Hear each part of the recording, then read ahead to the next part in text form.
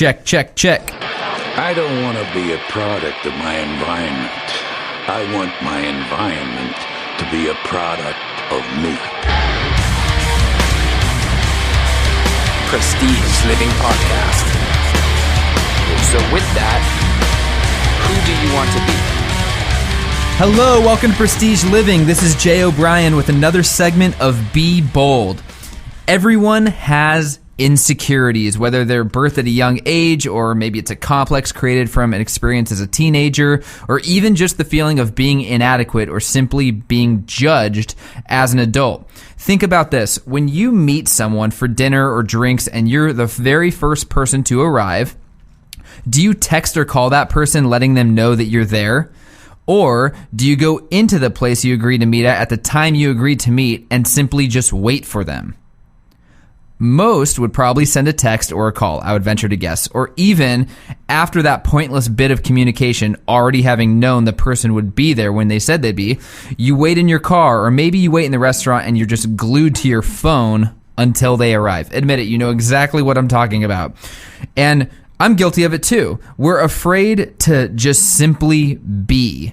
We feel people are watching us and we cannot be vulnerable, and heaven forbid someone looks over and thinks that we're actually alone. Then we'll feel rejected, we'll feel judged, and the whole world will just fall apart. How about the validation that we need for the clothes that we wear, the way we decide to style our hair, the products we buy? I never really understood the idea of trendy being a favorable adjective. In fact, I remember as a kid dismissing anything that became popular, especially music, because I hated the idea of being like everyone else.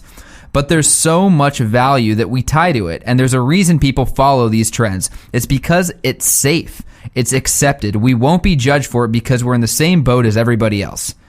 If you've ever made a commitment to exercising, remember the first time you went running in public or went to the gym for the first time that you ran in the street in your neighborhood, and how resistant and uncomfortable you were because you felt like everyone was watching you and judging you. I'm sure if you can't relate to all three of these examples, I'm sure you can at least relate to just one, but most of us can probably relate to all three. Here's the good news, and perhaps the best news you will ever receive. Nobody, and I mean nobody, cares about any of this stuff but you. You are the only one who thinks that you're in the spotlight, while the others think that the spotlight's actually on them, and they think that you're judging them and all of their moves that they're making. The truth is, you'll never feel more freedom than knowing, really, truly, deeply knowing that not a single person is concerned with your decisions. Don't believe me? Let's flip this around for a minute. Think about the last time you went to dinner and looked at someone else eating or drinking alone and felt negative judgment toward that person. For most of you, I bet that sounds ridiculous and it's never even happened. But if it has, you're probably just trying to impress an audience of people you're with and just looking at that person, judging them completely unjustifiably. But you really didn't care at all. Not a bone in your body cared about that other person. How about that person who was wearing their hair all crazy or decided to dress up in something obscure that you saw walking down the street? Again, you didn't actually care even a little bit. Or how about that time you drove down your neighborhood and saw someone going for a jog? Did you think to yourself, wow, that person looks so stupid? Of course you didn't. Of course not. And why? Because that would be absolutely ridiculous. And in reality, you were probably more focused on what people were thinking of you in that moment instead. Here's how bad we are at putting stock into people's opinions. The very number one fear in life is public speaking, above dying, which ranks number 2. So why is that? It's because we're so scared to be on display in front of other people.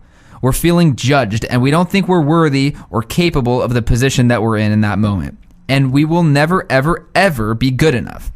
Well, think about this. Imagine you're in an auditorium, crowded with people. Every seat is filled. It's standing room only, and it's a sold-out venue. The speaker is moving along well, and all of a sudden grabs their notes, and you see their hand start to shake. And then their voice quivers a little bit. They start to stutter, and you can begin to feel their nervousness. Probably with just me reading this, you're feeling uncomfortable. You're actually feeling uncomfortable for them. Call it secondhand embarrassment or whatever. Even when you watch movies and there's something awkward going on, you're the one that feels more awkward than the person in the position.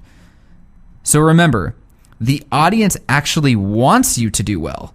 Yet we have put so much unnecessary stock in their opinion that we would literally rather die, statistically at least. So go ahead. Buy those shoes that no one wears. Run in the streets because you feel like it. Style your hair the way you fucking want to. And confidently sit at the bar without losing yourself in a false reality plagued by ones and zeros when you're actually in the best moment already. I promise, no one is watching and nobody cares. Be the leader. Be fucking bold.